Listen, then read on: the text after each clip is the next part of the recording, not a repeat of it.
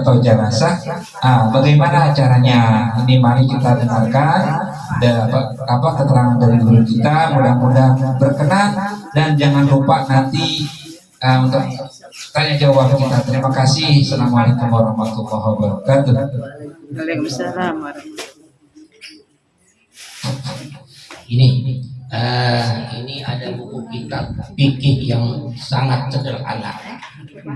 Ya, ini bukunya fikih yang sederhana dan ini umumnya dibaca oleh kaum ibu. Nah, karena kalau yang namanya bapak-bapak nggak baca yang ini. Ini umumnya ibu di pengajian ibu. Kemarin juga waktu saya ngobrol sama istri di rumah, dibekalin ini dia bacain aja. Karena ini yang simple. Namanya Irsyadul Anam. Ya, ini terjemahan dari Irsyadul Anam, yaitu petunjuk orang-orang yang soleh. Nah, karena permintaannya dari langsung baca kitab jenazah, nah ini jadi lompat ini. Dari beberapa pasal. Mundur kita nggak mau mundur. Sebenarnya kalau belajar fikih itu kita pelajari dari kitab Toharoh. Ya pada dia kitab Toharoh. Kemudian kitab wudu, kitab Mutajallil Najis. Nah di sana baru nanti, karena kalau yang namanya kita bicara masalah jenazah itu pasti berkaitan dengan sholat dan zakat. Itu bertalian dia. Kalau kita mempelajari tiba-tiba jenazah, nah masalah sholat kita belum beres. Kalau waktu yang cukup silakan dari awal. Iya. Motor aja. Aduh, motor aja. Kepanjangan waktunya. Atau gini kita nanti kita atur waktunya tiap Sabtu minimal 2 topik hadis dan fikih. Ya paling tidak katakan ya kalau kita mau dari awal kitab Toharoh bersuci. Ya karena kemarin saya bilang sama Pak bagaimana kita mau sholatnya diterima kalau bersucinya belum, kan gitu. Ya berwudunya itu. Ya kembali masalah pasal tentang jenazah. Di sini dikatakan paslun. Nah, ini langsung bahasa Melayu ini. Bahasa bukan bahasa Arab, bahasa Melayu. Bahasa yang sudah diterjemahkan ke bahasa kita. Cuma bacanya juga agak repot juga. Paslun di sholatul janazah, yakni sembahyang mayit bermula bahwasanya 4 perkara menjadi fardu kifayah atas sekalian yang mengetahui. Jadi sholat jenazah itu adalah fardu kifayah. Katakan dalam satu kampung ini, kalau kita dalam satu kampung ini tidak ada yang melaksanakan, maka berdosa satu kampung. Tapi kalau ada satu orang aja, ya katakan menyelenggarakan, maka gugur semua dosa orang satu kampung. Makanya dikatakan fardu kifayah. Itu. Yang mengetahui akan matinya seorang muslim, dan artinya fardu kifayah ialah jika dikerjakan oleh setengah orang, maka terlepaslah kewajiban yang lain. Itu tadi saya katakan. Jadi yang namanya fardu kifayah minimal ada 2-3 orang yang mengerjakan untuk melaksanakan entah itu sholat jenazahnya atau mengkafaninya selesai. Nah kalau dalam satu kampung ini tidak ada yang mengerjakan, maka semuanya berdosa. Nah sekarang berkaitan dengan jenazah, enaknya gimana? Kita baca langsung atau kita sharing aja? Sharing aja. Sharing. Istilah dalam artian tanya jawab gitu. Boleh kalau gitu. Karena kemarin juga saya baca-baca. Jelasin aja Bang, kita kan enggak. Jelasin. Iya, kita kan banyak yang enggak. Ya. Kalau jelasin berarti kita bacanya dari ini. Di sini mengatakan, nah kita buka ini aja deh kalau jelasin. Kamu tentang aja gimana sholatnya mau beres kalau dari dulunya aja nggak beres, nah, bisa dikupas juga. Nah berkaitan dengan jenazah, hukum jenazah dalam satu ini dikatakan dalam satu hadis, innama hiya rahmatun ja'alaha Allahu fi qulubi ibadi Wa innama yarhamullahu min ibadiyar rahmah. Artinya sesungguhnya itu adalah rasa kasih sayang yang Allah tanamkan dalam hati hamba-hambanya, dan sesungguhnya Allah mengasihi hamba-hambanya dalam ini. Makanya haram berkabung dalam artian kalau ada yang musibah. Nah kita umumnya khususnya wanita itu paling maksimal berkabung 3 hari.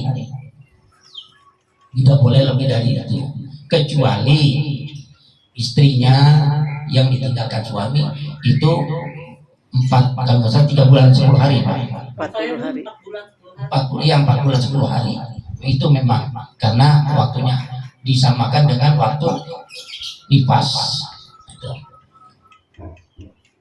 Hukum wanita muslimah haram berkabung karena kematian lebih dari 3 hari, kecuali terhadap suami, karena istri kematian suaminya wajib berkabung 4 bulan 10 hari. Nah itu hal itu ditandai dengan hadis Nabi Sallallahu Alaihi Wasallam, la tuhiddul mar'atu ala mayyitin fawqa salatin illa ala zawj fa innaha tuhiddu alaihi 4 ashur ashrat, muttafaq alaih.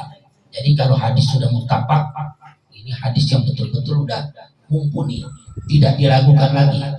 Jadi hadis yang dikatakan muttafaq alaih itu adalah riwayatnya Sahih Bukhari Muslim, muttafaq. Jadi ke-9 perawi itu sudah sepakat, tidak ada keraguan sama sekali.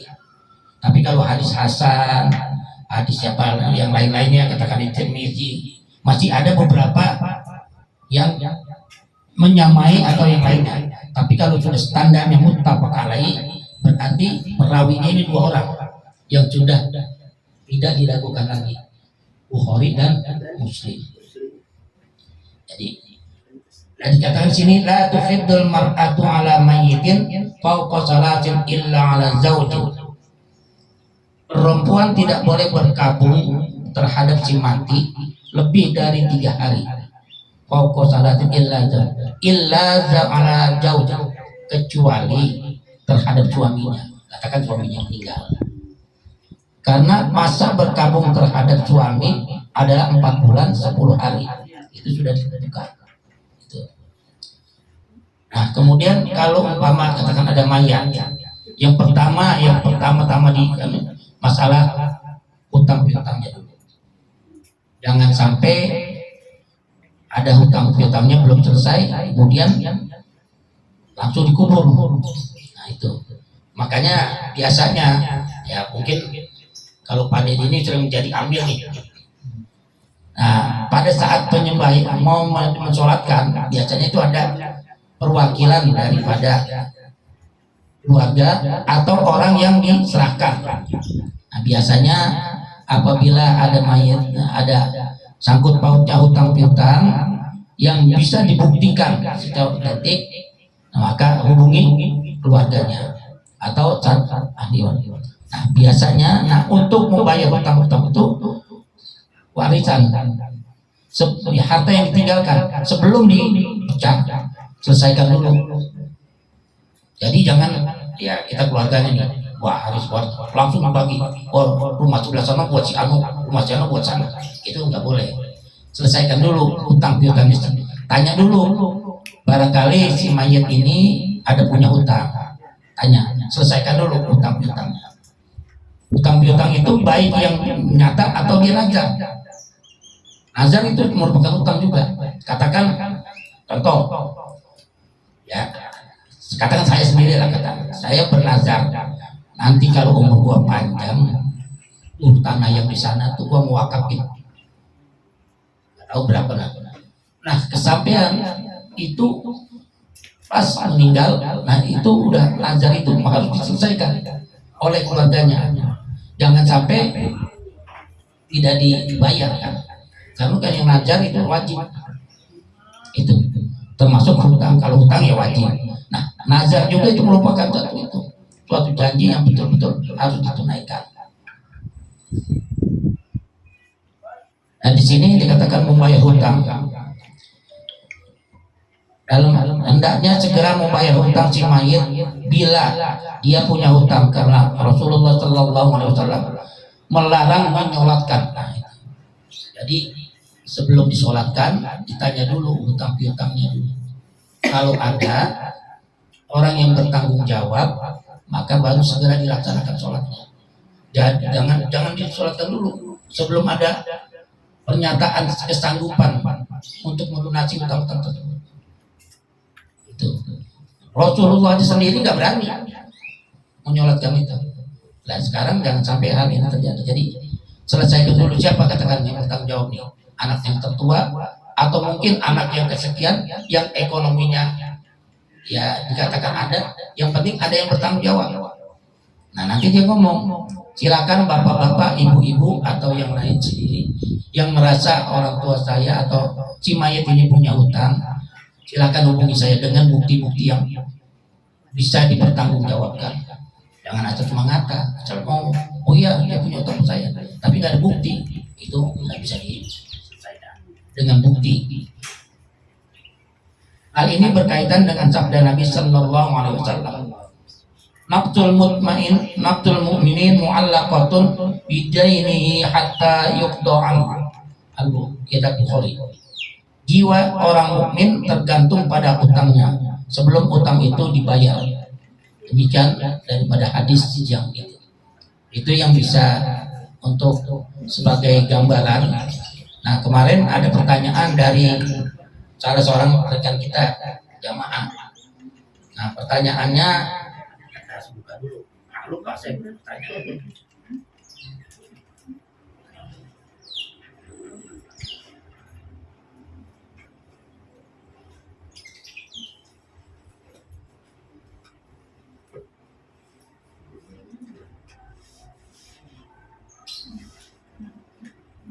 Nah ini ada pertanyaan dari teman kita.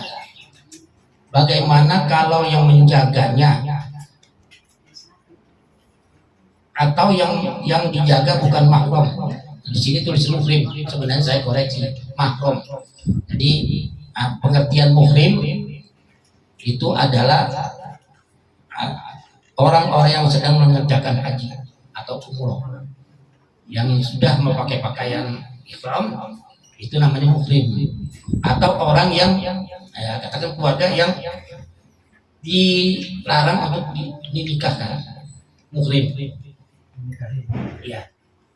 Nah, jadi pengertiannya di sini, makanya saya marah. Bagaimana kalau yang menjaga atau yang menjaga itu bukan mahram? Jadi bukan kalimatnya bukan muhrim ya, mahram. Nah maksudnya setelah saya tanya, menjaga di dalam artian ya katakan orang meninggal, keluarganya kan silih berganti, itu capek rupanya. Nah sekarang orang yang bertugas menjaga ini bukan mahramnya, boleh dalam artian ya untuk di sana ada kata talakinu, bacakan talkin. Talkin itu dalam artian kalimat-kalimat thayyibah. Ya umumnya kalau kita menghadapi katakan orang yang sedang menghadapi sakaratul maut, ajarkanlah asyhadu la ilaha illallah, tapi jangan keras-keras. Yang orang lagi sakaratul maut kita la ilaha illallah, tidak bisa pingsan nanti. Jadi di kupingnya sebelah kanan pelan, la ilaha illallah. Walaupun kita lihat nih, jadi kecap kupingnya, jadi mengucapkan.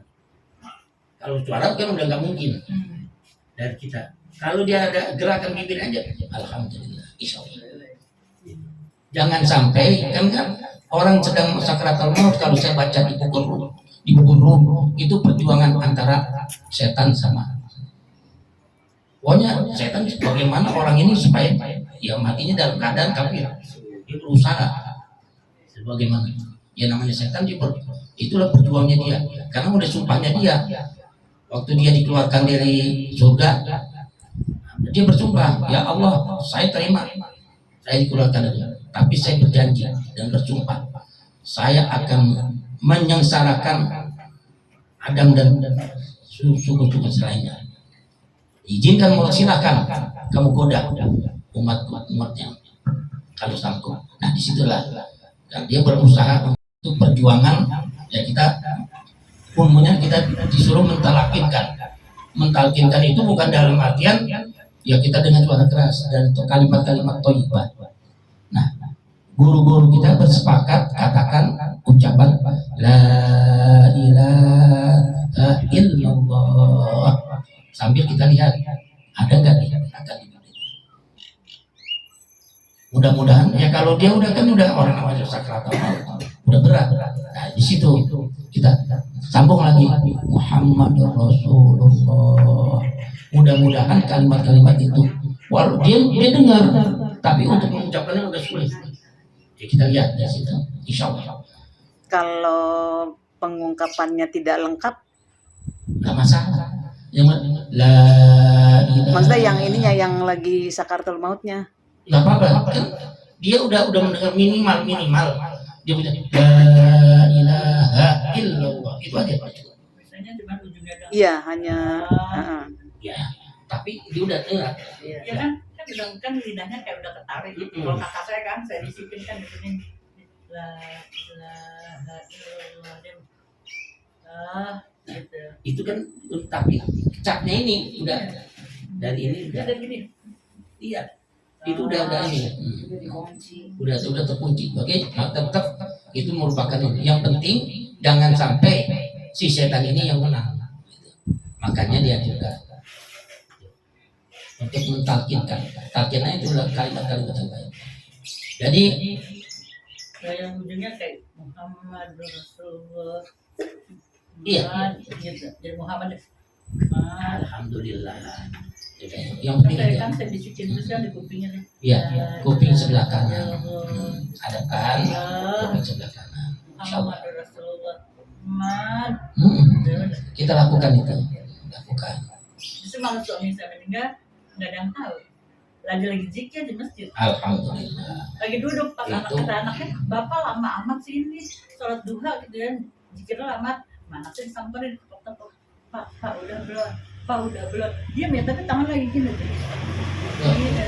Insya Allah itu namanya luar biasa itu. Lihat lagi di pas di sini dia langsung plak gitu. Banyak yang ada teman saya bahkan teman subhanallah khotib lagi itu khotib di Depok. Khotib pertama dia lakukan dengan sempurna.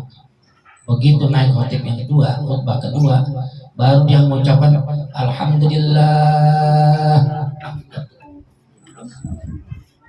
Itu anak saya nungguin, kata anak saya, lah bapak mau rapat jam 9, ini udah jam 9 di balai kota kan, ini bapak mau rapat jam 9 kok, zikir lama amat gitu kan, tapi lagi kakinya duduknya masih kayak kita di sholat dah, cuman pas anak saya samperin tepuk-tepuk nggak nyaut kan, begini kan jatuh tapi tangannya masih kayak ngipung gitu. Alhamdulillah. Itu husnul khotimah. Di Gitu, tempat yang gitu. baik, insya Allah yakin. Ya seperti saya ceritakan tadi teman saya gitu. Baru dia yang alhamdulillah langsung jatuh. Oh apa nih? Dari saya bisa pertama langsung jatuh. Nah begitu dari ini salah seorang ya istilahnya ustadz juga menyempurnakan untuk tetap melakukan sholat Jumat. Dia langsung khutbah yang kedua yang wajib-wajibnya aja. Nah si mayat ini disingkirkan ke tempat yang agak ini langsung sholat begitu selesai disegerakan. Nah jadi kembali kepada pertanyaan itu yang bukan mahramnya pun boleh silakan. Lain halnya kalau pada saat memandikan. Nah, kalau memandikan mayat itu wajib ya istilah kewajiban ada keluarganya. Kalau katakan istri meninggal maka suami dan anak-anaknya yang wajib. Namun biasanya nggak tega gitu. Dalam artian mungkin ada perasaan ya gimana lah. Ada petugas, ada amil biasanya. Kalau mungkin kalau di sini sebutannya apa? Yang memandikan orang mayat, mandikan. Amil atau apa? Ya kalau di Pulau Gadung bilang amil, di Bogor juga betul amil. amanah. Nah cuma biasanya amil ini harus betul-betul yang amanah, tidak boleh complang. Saya dulu Bang Haji waktu suami meninggal kan anak-anak tuh pada mandiin, saya nggak boleh. Jadi cuman pas lihat mukanya ini suruh lihat mukanya aja. Boleh. Jadi gini, ini ada sini kewajiban untuk memandikan itu istrinya juga boleh. Jadi anak dan istrinya. Jadi Jadi orang tahun 80 kan agamanya masih ini banget ya. ya Jadi nggak boleh katanya. boleh. Jadi cuman mukanya aja, dilihatin mukanya. Nah, cuma nanti pada saat wudhu ini itu nggak boleh. Kalau mandikan katakan suami meninggal, istri dan anaknya boleh. Jangankan dia meninggal, kalau hidupnya aja boleh kok. Pada saat hidupnya kan bebas. Ya nama suami istri, nggak ada larangan. Waktu mau meninggalnya minta dimandiin. Iya, apalagi udah ada amanah macam itu. Enggak minta dimandiin, saya mandiin. Dia bilang keramas Mi, keramas semua. Ya boleh. Tapi pas meninggal nggak boleh, saya nggak boleh mandiin, cuma suruh Ya, pas mau dibasuh. memang ada ulama yang mengatakan, tapi kalau kita baca di buku atau di hadis boleh. Jadi si istri boleh memandikan suami dan suami juga boleh memandikan istrinya. Namun biasanya saya katakan sini dari beberapa yang saya ikuti pemandian atau pemulasaraan jarang seorang suami memandikan istrinya. Begitu juga sebaliknya, si istri kalau anak-anak pasti kalau anak itu. Namun kewajiban yang pertama adalah itu tadi keluarganya. Kalau sudah tidak ada itu, maka biasanya diserahkan sama orang yang ya katakan amil. Itu pun harus ada ijab kabul dulu. Si amil tidak berudah, sini gue yang mandiin, nggak boleh. Mesti ada ijab kabul dulu dari keluarga. Pak, tolong ya katakan tolong diselesaikan pemandiannya. Nah itu biasanya timnya itu ada 3 atau 4 orang. Boleh jadi memandikan. Karena pemandian itu ya itu harus betul-betul amanah. Nggak boleh adakan aib nyata. Dilihat ada ini langsung besok atau dia cerita sama istrinya di rumah atau cerita apa itu nggak boleh. Itu nggak boleh dipakai lagi yang macam itu. Itu kemudian ahli mayat harus memperbanyak doa atau istirja. Rasulullah Shallallahu Alaihi Wasallam bersabda. Jadi kalau Rasul bersabda, kalau Allah berfirman, kalau raja atau itu bertitah, jadi tingkatan-tingkatannya gitu. Kalau kita berkata atau ngomong, jadi jangan sampai nanti ada wah Nabi ngomong, itu enggak sopan itu namanya. Kalau Nabi itunya bersabda, Allah berfirman. Makanya firman Allah dalam Al-Quran, sabda Nabi Sallallahu Alaihi Wasallam, ma min abdin tusibuhu musibah bayaqulu inna lillahi wa inna ilaihi raji'un. Allahumma ajurni fi musibati wa akhlifhu li khairan minha illa ajalahu Allah ta'ala fi musibati wa akhlif khairan minha. Rawahul Muslim. Tidaklah seorang hamba yang dikenai satu musibah kemudian mengucap innalillah, sesungguhnya kita kepunyaan Allah dan akan kembali kepadanya, dan berdoa, ya Allah berikanlah pahala padaku dari musibah ini dan gantilah musibah ini dengan sesuatu yang lebih baik daripadanya. Melainkan Allah akan memberi pahala terhadap musibah itu dan akan menggantinya yang lebih baik. Riwayat Muslim. Jadi itu apabila kita mendapatkan musibah, katakan ya musibah itu bukan meninggal aja. Sebenarnya kita sedang jalan tiba-tiba teratuk batu, atau mungkin teman kita kemarin ada yang menabrak tiang listrik. Nah itu sebelum orang-orang mengucapkan kita sebut innalillahi wa inna ilaihi raji'un. Karena apa? Kita nggak tahu dengan akibat itu kita berpulang ke rahmatullah. Kita udah mengucapkan, minimal kita duluan. Maka setiap kali kita mendapatkan musibah, baik itu istilahnya kita kena duri, kena apapun ucapannya jangan, ya kalau orang Jakarta buset ya. Semalam tuh Innalillah loh. Iya. Saya Kalau Bu Mami kan buset deh. Itu kalimat-kalimat itu hilangkan, ganti dengan ucapan thayyibah. Nah kalau musibah innalillahi wa inna ilaihi raji'un. Bagusnya bukan gua. Kalau mungkin kita dapat ya katakan anugerah alhamdulillah. Kalau kita melihat orang yang aneh-aneh, masya Allah, itu jangan buset deh. Itu orang udah slogan sampai tanggal 80 klender. Kan karena saya orang sana yang tahu itu kalimat-kalimat itu itu ya selebihnya kita apa enaknya tanya jawab aja ya, nanti secara ini yang kita akan runut pelajari fikih dari kitab wudu, dari kitab toharoh. Kita bersuci dulu, setelah suci kemudian wudhu. Nah, kalau udah selesai biasanya satu bab itu tergantung waktunya. Kalau kita mau ambil yang simpel-simpel insya Allah cepat. Karena memang sebenarnya keinginan ini udah lama dari Pak Dedi, udah Pak Dedi nih, Pak Dedi Bu Yuli udah berapa kali minta, cuma memang ngatur waktunya belum ini. Nah kebetulan kemarin ada pertanyaan dari kan permintaan berkaitan dengan itu. Nah sebenarnya kemarin ada dua pertanyaan. Pertanyaan pertama tadi, bagaimana kalau yang menjaga, maksudnya menjaga si mayat ini, orang dalam berarti sakaratul maut, bukan menjaga mayat ya, orang yang sedang menghadapi sakaratul maut yang bukan mahramnya boleh. Jadi menjaga itu dalam artian boleh. Nah kecuali saya katakan kalau sudah itu dinyatakan meninggal, kemudian biasanya kalau urutan kita ya lain halnya. Kalau aliran beda yang nggak boleh baca Yasin, nggak boleh baca Al-Quran, itu boleh kita dikeluarkan itu baca Quran. Katakan si mayat ini meninggal di waktu malam atau sambil menunggu proses pemulasaran. Nah, alangkah baiknya keluarga atau mungkin yang bertakziah biasanya kan disiapkan itu ya minimal Yasin.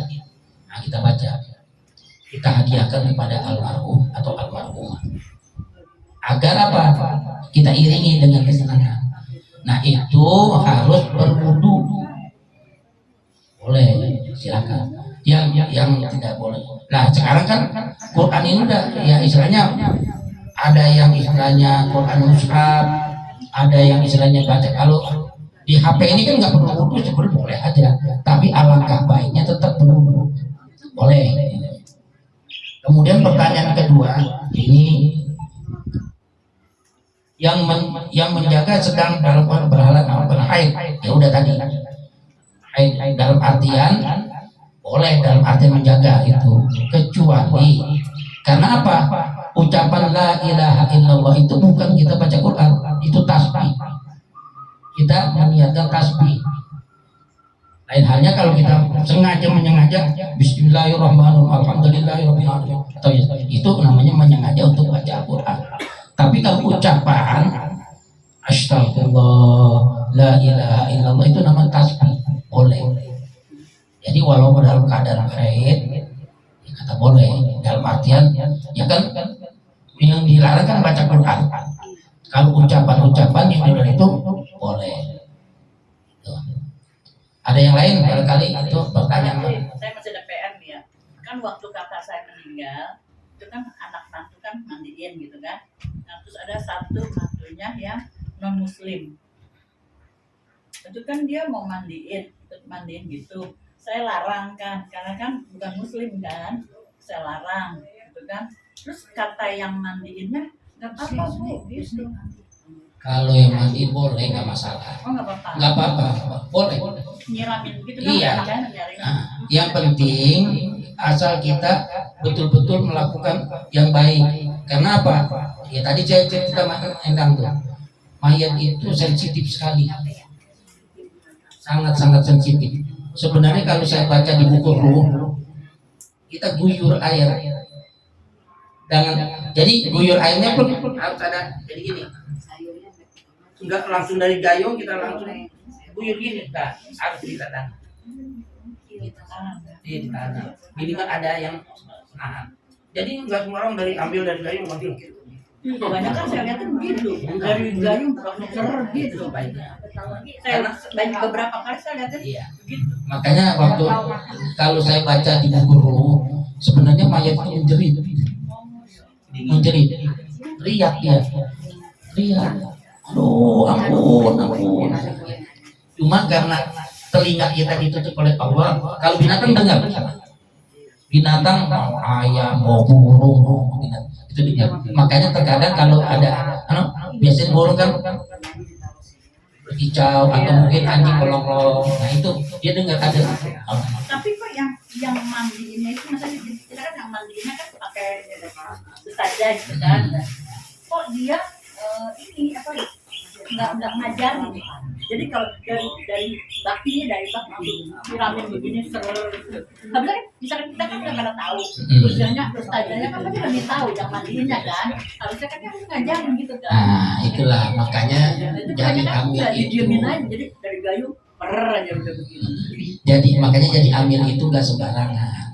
Itu saya aja jujur ya, saya belum pernah mandikan mayat, namun saya sudah 3 kali ikut pelatihan pemulasaran. Saya sudah 3 kali ikut Yang tadi pelatihan. saya bilang ponakan saya istrinya non muslim Boleh. boleh mandiin gitu. Iya, cuman etikanya, saya katakan etikanya. Saya ilmu yang saya dapat dari 3 kali ikut pelatihan demikian. Jadi tidak langsung dari kayu ini kita buyur. Minimal sekali. Umumnya 3 kali. Umumnya. Kalau memang masih dinyatakan belum merata 5 kali. Angka ganjil. Nggak boleh angka genap, angka ganjil. 1 kali, 3 kali, belum merata juga 5 kali. Sampai dengan merata maksimal 7 kali. Dan yang memandikan pun harus pakai sarung tangan. Nggak boleh tangan terbuka. Satu. Dan sarung tangannya pun itu harus dikasih, ya katakan mungkin kalau sekarang sabun yang itulah. Nah, dan pertama yang mau memandikan itu harus berwudu. Biasanya ustazahnya Ya ustaznya maupun amil misalnya. Nah itu tidak istilahnya dia punya wudu. Biasanya timnya itu ada 3 orang. Nah, biasanya timnya 3. Dan si mayatnya pun ya katakan ditempatkan, ada kan sekarang udah banyak tempat-tempat Persiapannya bagus. agak kepalanya tuh agak lebih tinggi daripada itu. Jadi sekali lagi Mbak, ini boleh. walaupun non muslim boleh. Tapi dengan catatan tadi saya katakan etikanya kita harus lakukan.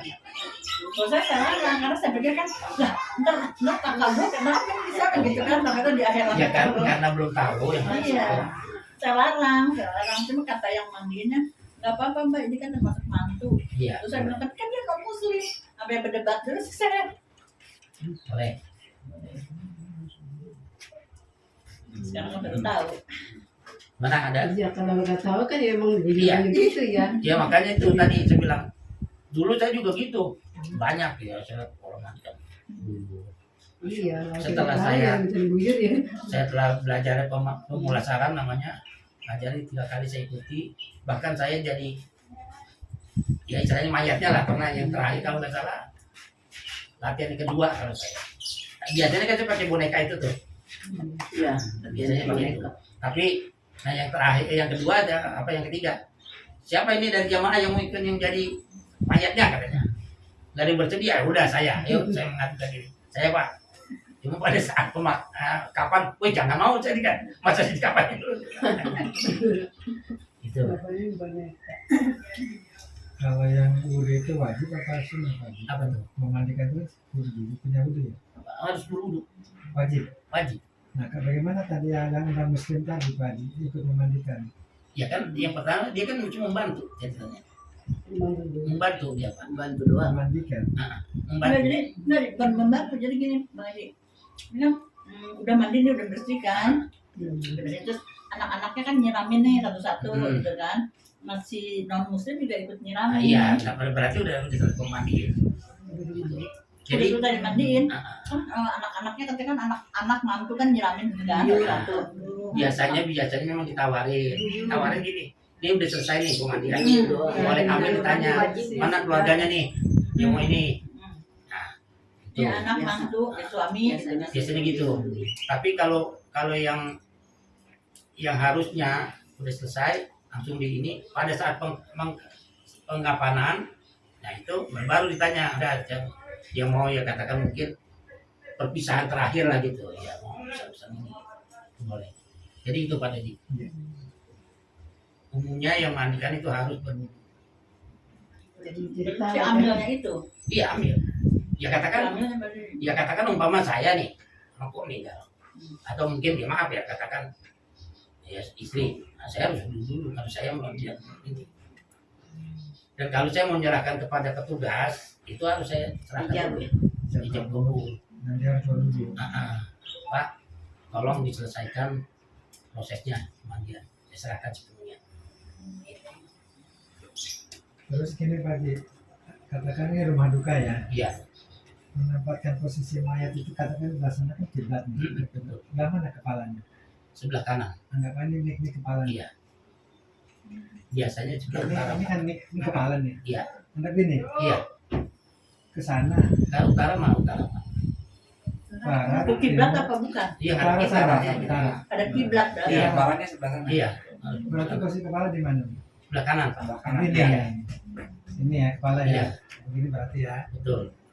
Ini ketika di rumah nih. Mm-mm. Ketika dimakamkan, dikubur, Sama kan? posisi sama. Ya? Sama. Saya ada mengatakan beda pada saat di rumah dengan Itu sama. pada saat di makam dikubur.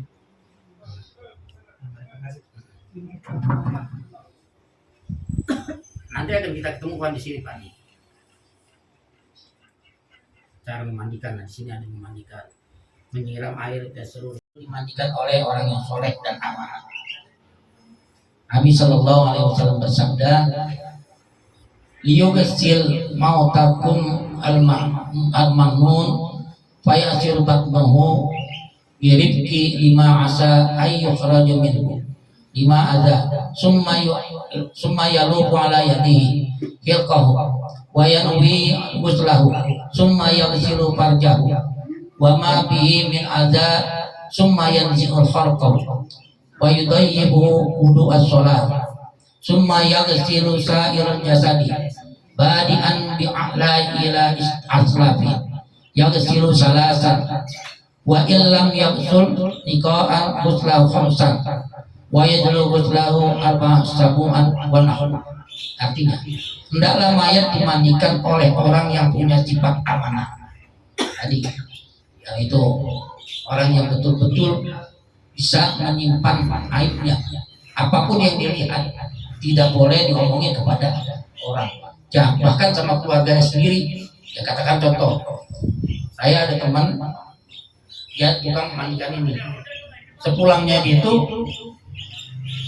nah rupanya nih istrinya teman saya itu dengar dari mana-mana orang-orang yang cerita, dia memastikan pada suaminya yang kebetulan mandikan, gimana tadi pemandian siapa? Gimana cerita ini? Nah, karena dia emang amanah, dia marah. Wis, kamu mau tahu aja udah, itu urusan ayah. Nah, itu benar-benar karena apa? Janji Allah berjanji kalau dia membuka aib seseorang itu, maka akan dibukakan aibnya nanti. Itu. Nah, kembali di sini, mulailah dengan mengurut perutnya perlahan-lahan. Nah, di sini tujuannya mengurut itu untuk mengurangi kotoran, barangkali ada kotoran. Jadi pelan-pelan, jangan dipencet. Saya pernah lihat, subhanallah. Ya kalau di rumah sakit dibejek. Nah itu nggak boleh. Urut pelan-pelan di sana. Kasihan banget. Karena apa? Keluarnya itu kan dengan kuasa Allah. Walaupun kita pencet bagaimana kalau Allah belum izinin. Nah itu, makanya dengan perlahan. Itu dengan izin Allah akan keluar dia. Nah setelah itu baru kita cengukin. Gitu. Saya pernah lihat itu benar. Jadi apa yang Bu Zahra alami, saya pernah lihat. Saya lihat. Tapi ada banyak ada orang yang dia mandiin mayat nih, pas dia mau mandi nih, memandiin jenazah lain gitu kan, dia cerita, lagi saya mandiin itu kotor banget Itu nggak amanah. Dia akan nanti janji Allah akan bukakan aibnya. Nggak boleh. Kan ada tetangga yang meninggal, terus kata yang mandiin kan, saya kan ngumpul di situ, terus kata yang mandiin, saya lagi mandiin si Anu begini Gitu. gitu. Makanya dibilang di sini yang aman. Berarti nggak boleh dipakai lagi yang begitu tuh Mbak Mami. Jangan dipakai lagi. Tapi kan orang sini yang mandiin dia. Ya, bilang. Bilangin, Pak, harus bilang. Kan Bilangin, lain kali. barusan sepertinya yang barusan saya lanjutin ya. Tadi begitu saya melihat ada cara petugas itu di pojok ini, saya lihat, saya panggil, jujur aja, Pak, maaf Pak, bisa nggak lebih lembut lagi? Saya bilang, saya panggil itu, dia bilang, Pak, maaf.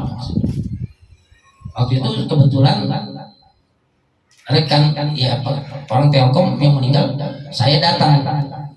Masya Allah, saya lihat ini di depan. Saya ngelihatnya nggak tega. Lalu saya panggil, Pak, maaf, bisa nggak yang lebih lembut lagi? Enggak perlu, harus keluar.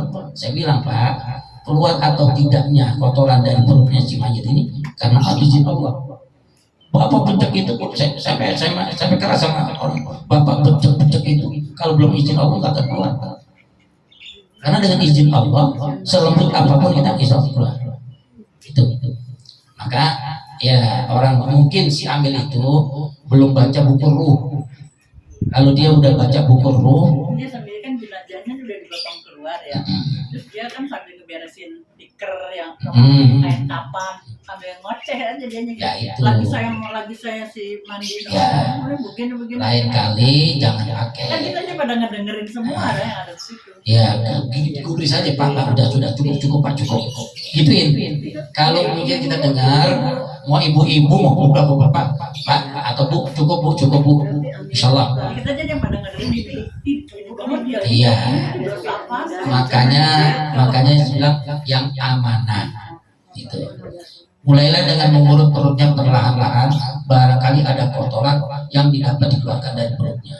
Kemudian bungkuslah dengan, kemudian bungkuslah tangan dengan sepotong kain bersih. Nah maksudnya si pemandi ini, si pemulasara pakai sarung tangan. Dan mulailah dengan niat memandikan mayat. Niatnya nawaitul ghusla adaan lil mayyit li hadzal mayyiti lillahi ta'ala. Itu kalau laki-laki, li hadzal mayyit lillahi ta'ala. Nawaitul ghusla adaan li hadzal mayyiti lillahi ta'ala. Kalau perempuan, nawaitul ghusla li hadhihi adaan li hadzal mayyitati li hadhil mayyitati lillahi ta'ala. Nah itu niat. Jadi jangan nggak niat. Tuh, jangan langsung mati. Udah langsung bunuh. Apalagi kalau misalnya kita mindahin jenazah dari sini, saya pindahin ke Kerawang gitu kan ya. Itu dimandi lagi kan ya? Nggak usah. Oh, berarti dimandi. Nggak usah. Kalau namanya udah dikubur nih, Kuburnya udah kan meninggal ya udah beberapa tahun yang lalu. 2013. Nggak usah dimandiin. Nggak usah. Cukup ditutup aja, ganti kain kapannya aja. Iya. Kain kapannya. Kakak saya kan meninggal 2013. Iya. Dipindahin kemarin 2023. Nggak perlu dimandiin. Tapi masih ngegojol orangnya. Nggak usah dimandiin. Contoh Imam Nawawi Al-Bantani yang ada di Mekah, itu udah puluhan tahun oleh Raja Arab itu dibongkar. Maksudnya karena di Makla itu makam itu nggak boleh lebih dari 3 tahun, itu harus digali. Ternyata begitu digali masih utuh, Masya Allah. Nah kemudian itu kubur lagi sampai 3 kali begitu. Wah ini orang-orang baik, biarkan ya, nggak dimandikan lagi. Mas dimandiin lagi. Apa mungkin emang caranya dia biar kelihatan bagaimana? Enggak perlu. Ya mungkin pendapatnya dia begitu, kalau pendapat ini kan. Kemudian tadi, dan mulailah dengan niat memandikan mayat, kemudian membasuh dan membersihkan kemaluannya. Itu dari perut, selesai ke perut, nah, dibasuh, kemudian kemaluannya. Karena yang jelas di keterangan sini Pak, ini kotoran luka, dibersihkan sampai dengan.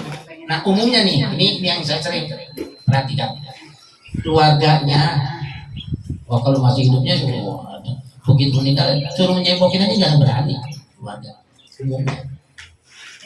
Itu saya sering, kan itu kewajiban keluarga itu sebenarnya, anak istri dibanding nggak pada mau celaka.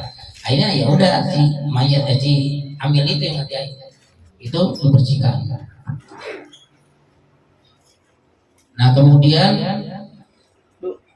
mewudukan, sesudah itu sudah selesai sholat, sarung tangan diganti lagi, seorang itu mau mengambil wudhu, mewudukan si mayat itu. Nah, boleh mewudukan ya sekali-sekali aja, nggak usah tiga kali Pak, kasihan. Ya kalau mau 3 kali kok boleh, cuma umumnya sekali-sekali, syarat aja. Kemudian membasuh seluruh tubuhnya mulai dari atas ke bawah kaki. Bila masih belum bersih, basuhlah 5 kali. Dan pada akhirnya gunakan sabun sebagainya. Bila mayat tersebut muslimah, hendaklah dibuka gulungan rambutnya. Nah, ini kalau perempuan. Kalau itu digulung, buka. Ibarat kita di salon itu dibersihkan. Nah, dibasuh. Jangan dibuka nih. Setelah apa? Gulungan atau kondenya dibuka. Kalau wanita muslimah. Hendaklah dibuka gulungan rambutnya, gelung dan anyamannya. Kemudian basuhlah dan digulungkan kembali. Setelah udah beres, digulung kembali. Kemudian basuh, karena Rasulullah SAW memberikan demikian adalah buat putrinya. Nah, itu Rasulullah SAW mencontohkan kepada putrinya yang meninggal lebih dulu. Demikian hadis riwayat Bukhari. Nah tadi kalau umpama katakan di satu kampung tidak ada nih yang bersedia memandikan laki-laki, katakan yang meninggal wanita, kebetulan di kampung itu tidak ada yang perempuan yang berhak memandikan, yang enggak ya yang bisa lah, satu kampung ini udah diikhtiar kemana-mana nggak bisa. Nah laki-laki boleh memandikan, tapi dengan bukan memandikan pakai air, tayamum kan, cukup tayamum. Tapi harus ada saksi juga ya. Iya, ya ada ya keluarganya lah. Cukup ditayamumkan saja, nggak perlu dimandikan dia. Ya, karena kan nggak mungkin laki-laki mandikan perempuan yang bukan mahramnya. Jadi tayamumnya modelnya Ya tayamum seperti tayamum seperti ya, wudu, seperti wudu gitu. Iya, itu cukup tayamum. Begitupun sebaliknya, katakan laki-laki meninggal, di kampung itu nggak ada yang memandikan kecuali perempuan. Laki-laki udah nggak ada lah. Nah, perempuan boleh, tapi dengan catatan mentayamumkan saja. Setelah ditayamumkan, lalu dikafani. Kalaupun itu nggak ada, tapi rasanya nggak mungkin lah, nggak mungkin. Orang bawaannya siap kan? Iya. Jujur, memang itu mesti apa hati ya berat. Saya sendiri jujur, saya bilang, saya sudah 3 kali ikuti pelatihan. Namun pada saat orang tua saya meninggal, nggak tega saya. Padahal meninggalnya orang tua saya itu, masya Allah. Saya tasyakur ya tahadus binikmah lah. Ibu saya meninggal di pangkuan saya. Nah ayah saya atau abi, saya manggilnya abi, meninggal itu pun saya yang menyaksikan itu. Walaupun untuk abi saya enggak. Karena apa? Waktu hari Jumat saya ingat betul peristiwanya. 4 Desember tahun 2012 kalau nggak salah, waktu lagi ada acara di Monas. Itu saya sempat berkelkar sama orang tua, Bi, ayo sholat Jumat. Ah udah nggak kuat. Udah kalau itu pakai kursi roda, Bi, saya bilang. tadi dorong emang habis sakit kok. Nggak, aku nggak mau. Ya saya kan udah gini aja, kalau nggak mau pakai rok smoky, saya gendong. Agak lu udah berangkat sholat. Gue di rumah aja. Udah selesai pulang sholat Jumat, udah dia udah makan, udah makan, udah. Nah, lalu saya bilang, Bi, tidak juga ya, maksudnya sama istri saya juga namanya bersama gitu. Tidak, istri mau lihat dulu sini, udah lu pulang dulu katanya. Tidak, kesian tuh katanya tadi. Udah, cuma pada saat saya melangkah keluar dari rumah ada perasaan galau. Saya panggil adik saya si Jen sini. Apapun yang terjadi, jangan siang malam. Banyak perlu kabar gue.